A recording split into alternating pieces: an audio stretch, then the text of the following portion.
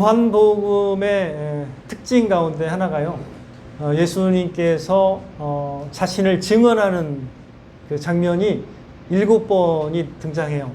표현이 어떻냐면 나는 무엇이다 이런 표현을 씁니다. 그러니까 비유적으로 나는 무엇이다 이렇게. 그래서 이제 헬라어로 성경이 써 있기 때문에 이제 이걸로는 에고 에이미 이렇게 표현을 하는데 이런 표현이 요한복음에 7번이 있습니다.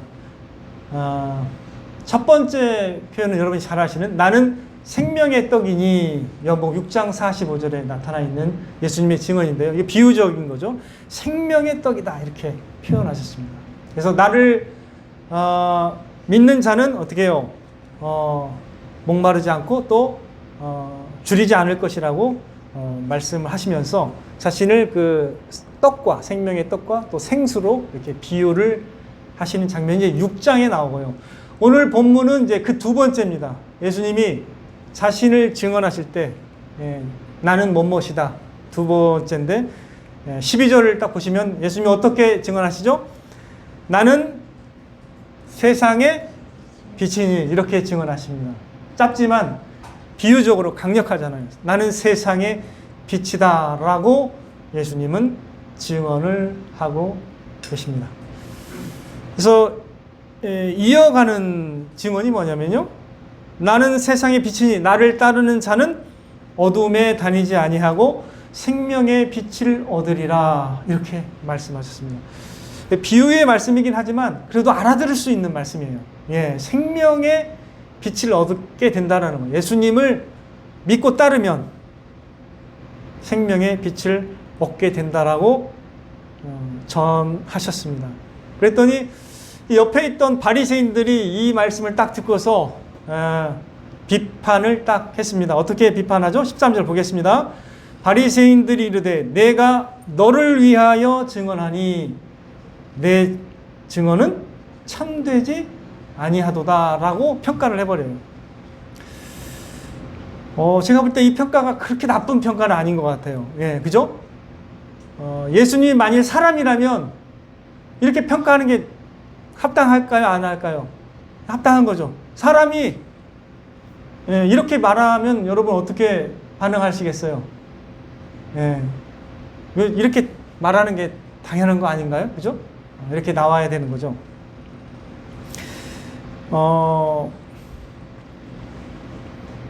예수님이 선언적으로 나는 세상의 빛이니 나를 따르는 자는 생명의 빛을 얻으리라 딱 말씀하셨을 때 이 바리새인들은 이걸 들었을 때 한 번도 이런 말을 하는 분을 만나본 적이 없었을 거예요. 평생에. 이렇게 단도직입적으로 나를 따르면 생명의 빛을 얻는다? 감히 이런 말을 해? 이거 신성모독이라고도 생각할 수 있고요. 그리고 또 그 말을 믿기에는 스스로 하는 말이잖아요. 그죠? 누가 증언하는 것도 아니고. 그러니까 좀 약하다고 느낄 수 있죠. 그런 생각을 할 수가 있었을 것입니다. 그래서 이제 예수님이 이 말씀을 딱 듣고서 어떻게 대답하셨는지를 보면 한번 우리가 또 살펴보겠습니다. 자, 14절에 예수께서 대답하여 이르시되 내가 나를 위하여 증언하여도 내 증언이 참되니. 예수님은 나를 위해서 즉 스스로 증언해도 참되다고 말씀하세요. 그 이유를 뒤에 설명하시는데 한번 같이 따라가 보겠습니다. 나는 내가 어디서 오며 어디로 가는 것을 알거니와 너희는 내가 어디서 오며 어디로 가는 것을 알지 못하느니라 이렇게 말씀하십니다. 자, 일단 이 말씀이 조금 어렵긴 하지만 좀 예수님이 왜 내가 스스로 증언해도 참되는지에 대한 이유를 이 대목에서 설명하셨습니다. 일단 그 이유는 뭐예요? 너희들은 내가 어디서 오며 어디로 가는지를 알지 못한다는 거예요. 그러나 나는 안다라는 거죠. 그죠?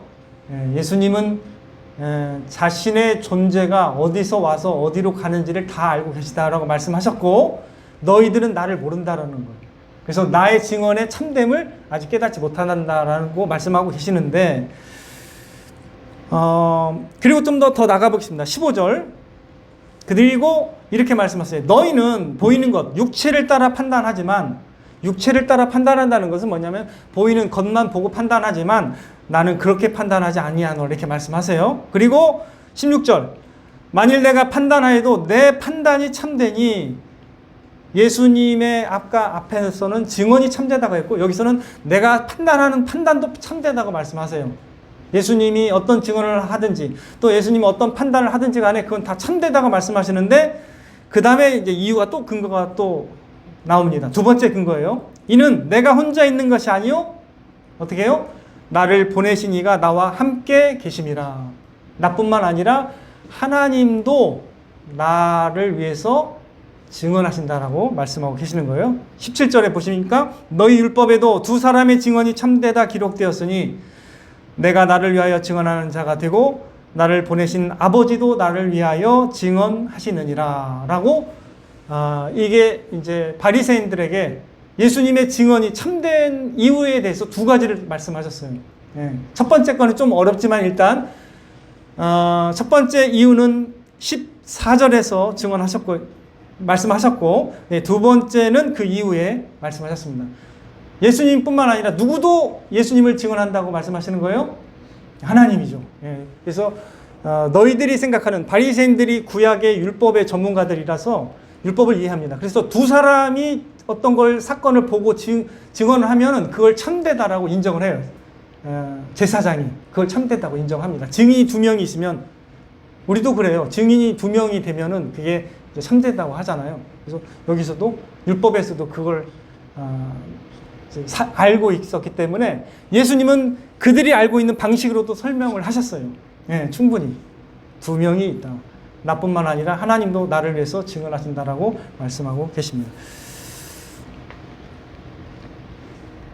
자, 예수님이 증언한 그 어떤 대목 때문에 바리새인들은 어려움이 됐을까요? 나는 세상의 빛이라고 말씀하시면서 나를 따르면 생명의 빛을 얻는다고 하니까 이게 너무 충격적인 말이잖아요. 예. 그러니까 너무 이게 힘든 거예요, 믿기가. 그래서 이제 그렇게 말했겠죠. 여러분들, 그 예수님이 세상의 빛이다라는 말씀을 한번 생각해 봤을 때는 그게 어떤 의미인 것 같아요? 세상의 빛이다. 우리가 빛하면 어떤 이미지가 떠오르세요? 반대되는 개념을 한번 생각해 보시면, 어둠이라고 한번 생각해 보시면 어때요? 어둠에는 뭔가 넘어질 것 같죠? 그리고 어디에 빠질 것 같죠? 구덩이. 근데 빛은 어떻게 해요? 밝히 보여주면서 실상을 알게 하고 뭔가 안전한 길로 인도할 수 있는 환경이 되는 거죠. 예. 시편 82편 5절에 어둠에 관해서 이런 말씀이 있습니다. 그들은 알지도 못하고 깨닫지도 못하여 흑암 중에 왕래하니 땅의 모든 터가 흔들리도다. 이런 표현이 있어요. 자, 땅의 모든 터가 흔들린다라는 것은 혼돈이 있다라는 걸 묘사하는 거잖아요. 그런데 흑암 중에 왕래한다고 표현했습니다. 흑암 중에 왕래한다라는 의미는 그들은 알지도 못하고 깨닫지도 못한다라는 것을 또 의미하기도 해요. 우리가 알지 못하고 깨닫지 못하기 때문에 방황하고 혼돈에 빠지는 거거든요. 그죠? 그래서 어둠이 의미하는 게 뭘까? 어둠은 뭔가 혼돈을 주고 또 어딘가 위험에 빠지게 되고 뭔가 사망에 이를 수도 있는 그런 위험이 있는 것을 의미하는 거죠. 그러나 예수님은 어떻게 해요? 이 세상에 뭘로 오셨다고요? 빛으로 오셨습니다. 밝히 보게 하고 진리를 알게 하고 깨닫게 하고 생명의 길이 무엇인지 안전한 게 무엇인지를 알게 하고 실상을 깨닫게 한다는 거죠. 예.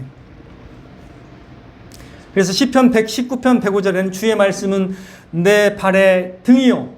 그죠? 내 발의 등이요. 내 길의 빛이니이다. 이렇게 묘사가 되는 거죠. 주님과 주님의 말씀이 우리에게 진리를 비춰주는 그런 빛과 같은 역할을 하는 것입니다.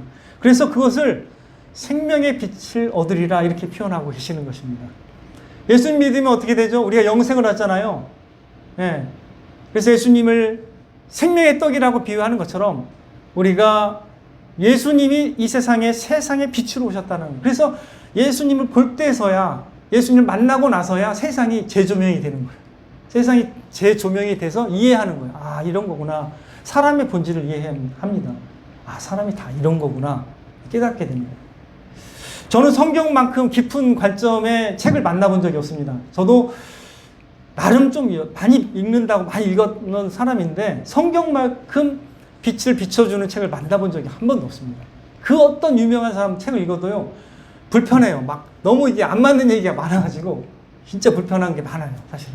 근데 하나님의 말씀에 놀라운 이 증언은 진짜 우리의 영혼을 일깨우고 보게 한다는 거예요.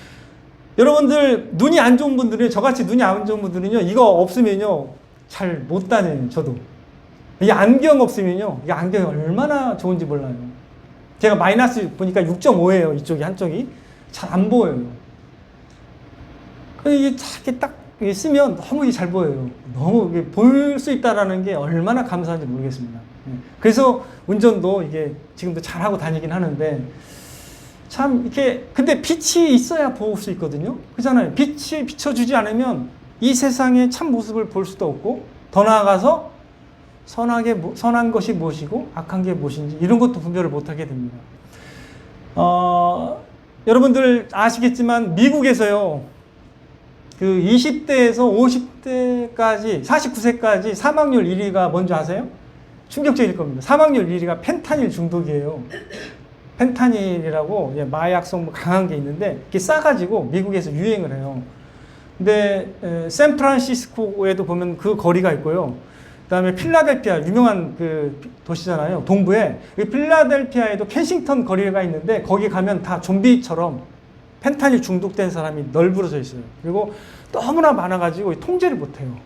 잡아가도 또 하고 또 하고. 그러니까 감옥도 부족하고 하니까 그냥 내버려 두는 거예요. 그 정도로 되는데, 이제 수치를 제가 살펴보니까 15년부터 21년까지 7년간만 통계를 냈는데, 펜타닐 과다 복용으로 사망자가 21만 명에 가깝더라고요. 그러니까 한 해에 3만 명이 펜타닐로 젊은 나이에 죽는 거예요.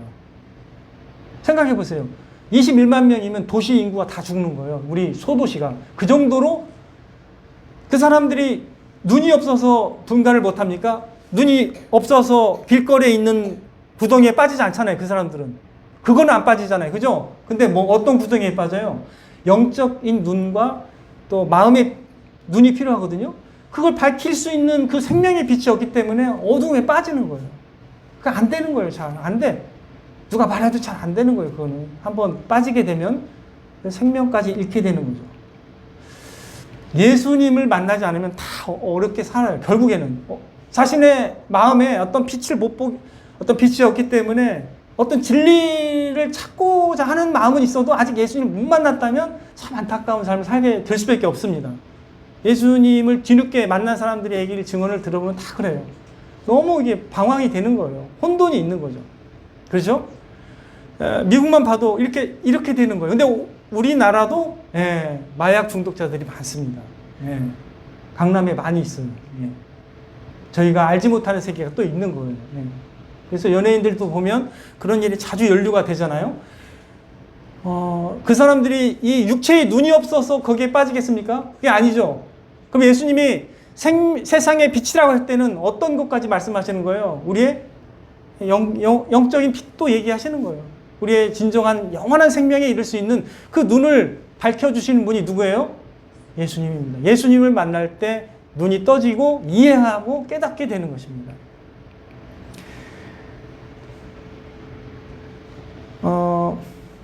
이제 우리가 이렇게 세상의 빛이라고 선언하신 예수님의 이 말씀에 한쪽에서는 바리새인들은 부정적 반응을 딱 보이면서 태클을 딱 걸었습니다. 그렇지만 그럼에도 불구하고 예수님은 그들을 위해서 믿을 수 있는 근거를 딱 제시하세요. 두 가지를 딱 제시합니다. 그중 첫 번째 우리가 주목을 해보도록 하겠습니다. 첫 번째, 왜 우리가 불안에 떠는가? 왜 그럴 것 같아요? 왜 우리 인생이 어디에서 와서 어디로 가는지 완전하게 알아요? 몰라요? 몰라요. 특별히 예수님 안 믿는 분들은 어떤 것 같아요? 죽음이 가까울수록 어떤 것 같아요? 그 마음의 상태가 어떨 것 같아요? 엄청 불안합니다. 저는 그걸 많이 봤어요. 제가 임종하신 분의 그 얼굴을 몇 번 봤는데 비교가 너무 됩니다. 이게 예수님을 믿고 이렇게 은혜롭게 가신 분이 엄청 이게 뭔가 이렇게 느낌이 밝아요. 굉장히 밝고 이렇게 그렇게 가시는데 이게 막 그렇지 않은 분들이 엄청난 두려움에 얼굴이 막 너무 안 좋아요. 막 안쓰러울 정도로 두려움이 막 임해서 이렇게 가는 걸 제가 보게 되거든요. 근데 예수님 믿는 진짜 제가 존경하는 분의 그 얼굴 딱 봤는데 와 거의 천사 같은 모습을 하고 간 거예요. 깜짝 놀랐어요. 지금. 이런 거구나. 야, 그래서 깨달았습니다. 사람들은 뭘 가장 두려워하냐면 이렇게 지금 뭐 아무 문제 없는 것 같고 잘 살아가는 것 같아도 그 사람들이 뭘 제일 두려워하겠어요? 죽음 두려워합니다. 예, 엄청 불안해요. 예. 알질 못하기 때문이죠. 자신이 어디서 와서 어디로 가는지를 안다면 좀 더 삶의 의미를 찾고 목적지를 향해서 준비하면서 나아갈 텐데, 예를 들면 이와 같은 거예요. 비유로 따지면 내가 비행기를 탔어요. 우리가 여행 가려고. 근데 어딘지를 몰라. 내가 지금 테러리스트가 나를 이끌고 가는지 내가 어떤 목적지를 가는지 모른다면 여러분 어떨 것 같아요? 그 비행기 위에서. 엄청 불안하죠. 그죠? 거기다가 기상악화까지 있어서 막 흔들린다고 생각해보세요. 얼마나 불안하겠어요. 마치 예수님을 모르는 사람들은 그와 같이 불안한 거예요. 내가 어디서 와서 어디로 가는지에 대해서는 사실은 아무 몰라요. 믿지도 않을 뿐만 아니라 잘 모르니까 죽으면 끝이다라고 생각을 하고 세뇌를 하면서 그냥 담대하게 살아가려고 노력할 뿐이에요. 그런 부분들은 있어요. 책 쓰면서 이런 분들 가운데는 이 눈에 보이는 이 세상이 전부다라고 딱 선언을 하고 내세는 없다. 이런 생각을 하면서 그냥 살아요. 자기 어떤 자기를 이제 자기 말로 세뇌하면서 살죠. 물론 그렇게 하면 나름 용감하게 사는 것 같죠. 근데 결국 죽을 때는 어떻게 될까요? 그 사람도 두려워가지고 불안에 떨립니다.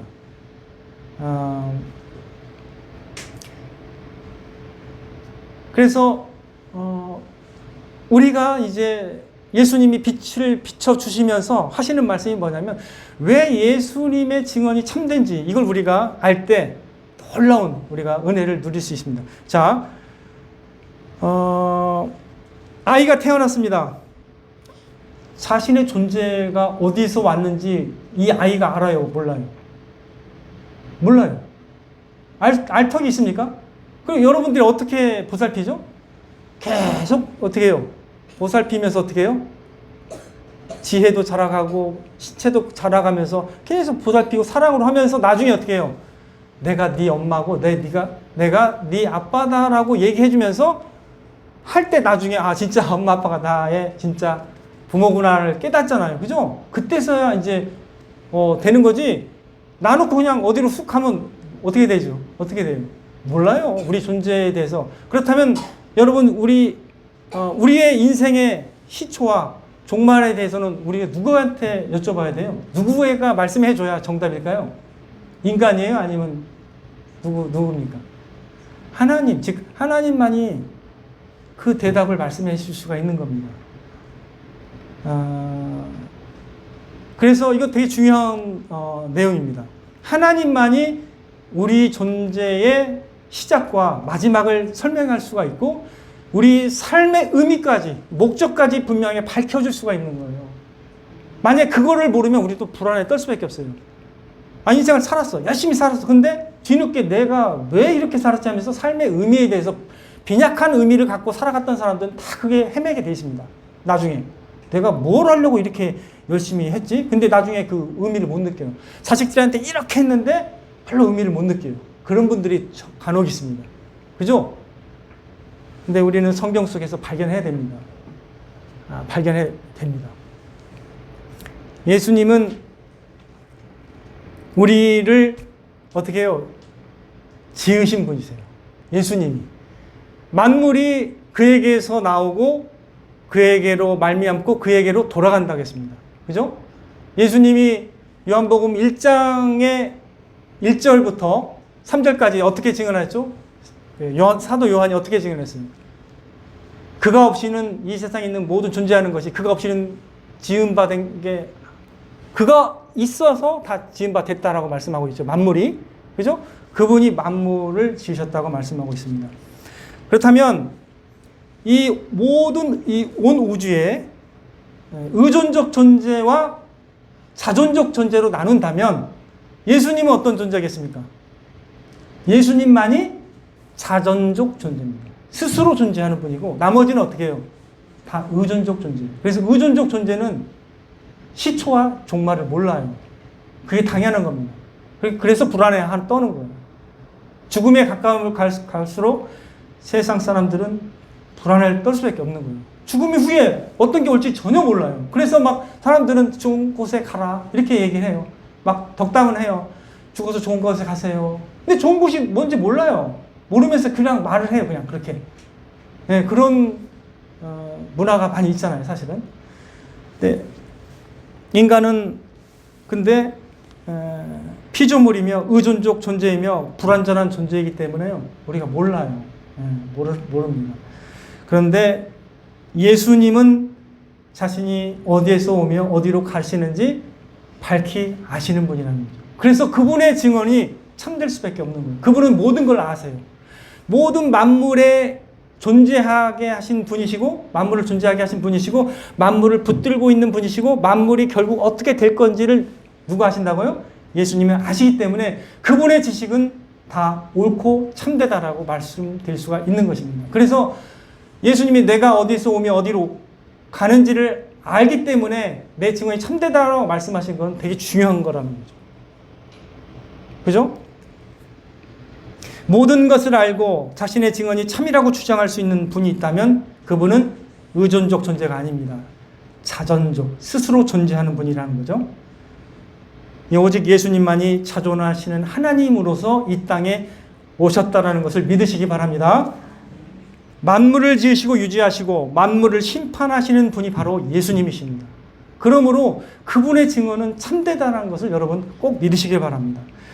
요한계시록에서는 예수님의 신원을 자신의 정체성을 어떻게 드러내시냐면 계시록 1장 8절 주 하나님이 이르시되 나는 알파와 오메가라.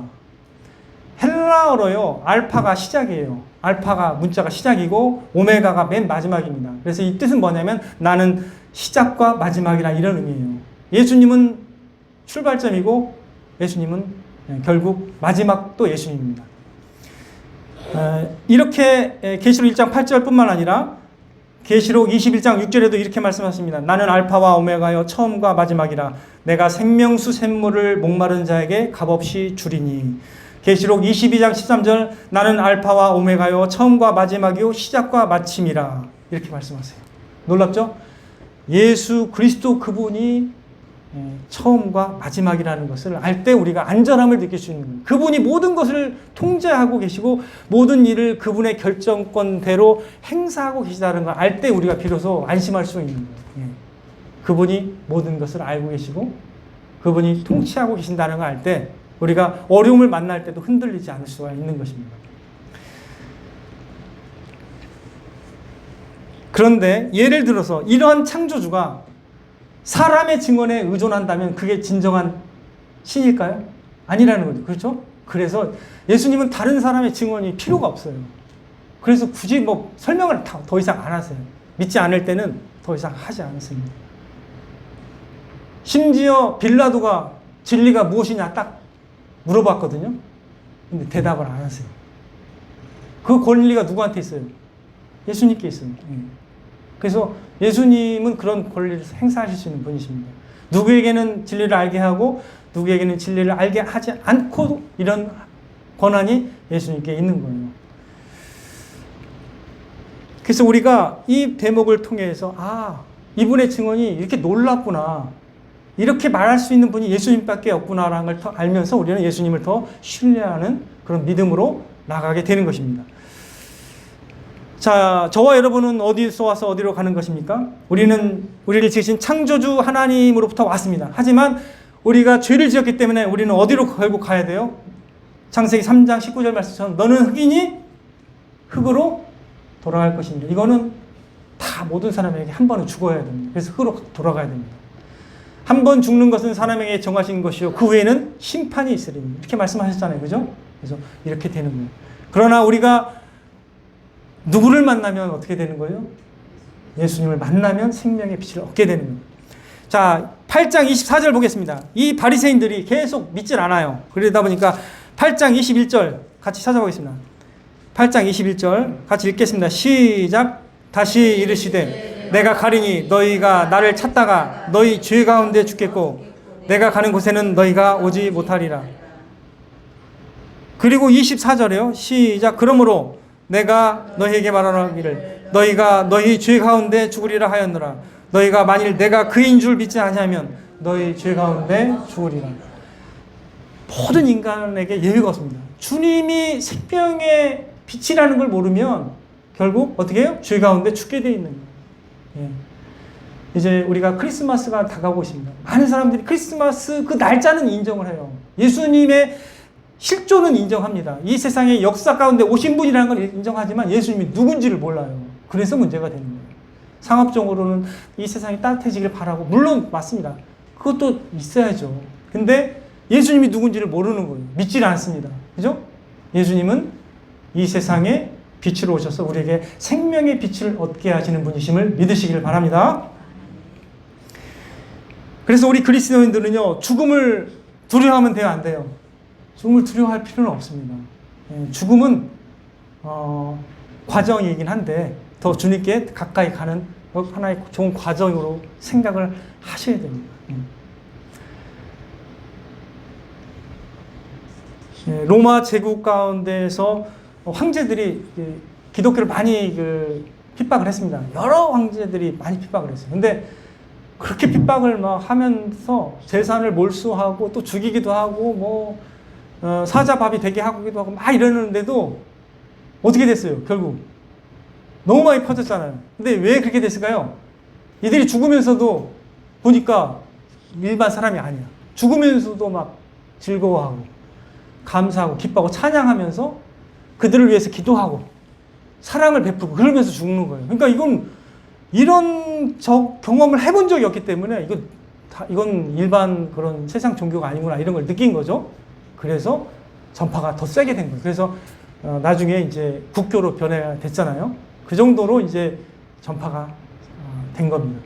하나님께서 그 놀라운 그 능력으로 그 복음이 전파되게 물론 하셨지만 그 방식이 이와 같다는 거예요. 예, 죽음을 두려워하지 않는 그런 놀라운 신앙으로 우리를 인도하신다는 겁니다. 예수님께서 요한복음 14장 6절에서 이렇게 말씀하십니다. 내가 곧 길이요 진리요 생명이니 나로 말미암지 않고는 아버지께로 올 자가 없느니라. 주님만이 생명이고 주님만이 진리고 주님만이 우리가 나아가야 될 길이라고 믿으시기를 바랍니다. 그래서 우리가 더 나아가서 그리스도인으로서 진짜 우리 인생의 참된 삶의 목적을 발견하고 삶의 참된 의미를 발견하려고 하는 그런 분이시라면 사실은 예수님의 이 말씀들이 우리로 하여금 놀라운 지침이 되는 것입니다. 다 사람들은 자의적으로 살아요. 자의적으로 의미를 부여합니다. 하나님을 모를 때는 다 그래요. 교회 다니는 사람조차도 사실은 자기가 스스로 의미를 부여하지 하나님께서 이런 우리에게 주시는 놀라운 진리의 말씀 가운데 우리 삶의 의미와 목적을 발견하지 못하는 경우가 많이 있습니다. 특별히 우리 젊은 세대들은 그런 거에 관심이 별로 없어요. 제가 이제 노골적으로 이렇게 말씀드리는 이유는 때로는 이게 너무 섣부르게 말씀하시는 거 아니야 이렇게 말씀하실 수도 있지만 그렇게 좀 소리를 듣고 좀 경각심을 가졌으면 좋겠습니다. 이렇게 생각할 때입니다. 진짜 내가 뭘 추구해야 되느냐? 나 자신이냐 아니면 하나님이냐? 생각을 많이 해봐야 됩니다. 그리고 과연 나는 진정한 예수님을 만남으로 세상의 빛을 보고서 세상을 바르게 인식하고 있느냐? 아니면 내 눈으로 그냥 인간적 눈으로 보고 있느냐? 좀 생각을 해야 됩니다. 주님을 만나지 못하면요, 어둠에 다니게 돼 있어요. 본인은 나 잘 살고 있다고 말할지 모르지만 다 어둠에 다니고 있는 겁니다. 주님께서 우리의 눈을 밝혀주시고 우리의 마음에 빛을 비춰주시지 않는다면 우리는 예수 그리스도가 참되고 예수 그리스도가 참으로 은혜롭고 놀라운 분이신지를 깨닫지 못하게 돼 있어요. 그래서 우리는 가난한 심령이 돼야 돼요. 내가 뭔가를 알아야 되는데 잘 깨닫지 못하겠다라면 그게 좋은 마음이에요, 사실은. 아직 난 뭔가 알려고 하는데 잘 안 보인다. 그게 진짜 훌륭한 마음입니다. 저는 그걸 높이 삽니다. 그래야 됩니다. 내가 다 알고 있다라고 생각하는 사람처럼 교만한 사람이 없어요. 그 사람은 절대 듣질 않아요. 예수님이 말씀해도 안 들을 가능성이 높습니다. 예수님께서 보내신 하나님의 사람의 말을 안 들으면 예수님이 직접 와도 말 안 들어요. 아, 예수님 내가 만날 수 있다, 이런 호언장담은 안 됩니다. 다른 사람이 말할 때도 듣지 않으면 안 듣게 되어 있습니다. 자신이 교만한지 알아야 돼요. 그래야 하나님 앞에 꼬꾸라져야 하나님 제게 보여주십시오. 주의 진리의 빛을 보여주십시오라고 말할 때 비로소 하나님이 우리의 눈을 열어주실 줄 믿습니다. 저와 여러분이 겸손한 마음으로, 겸비한 마음으로 하나님을 더 알기를 원하고, 하나님의 말씀을 통해서 이 세상을 더 밝히 보고, 또 하나님의 그 진리의 말씀을 통해서 우리로 하여금 하나님을 만나러 갈 준비를 더 자세하게, 더 잘 준비하실 수 있는 저와 여러분이 되시기를 주님의 이름으로 축원을 드립니다.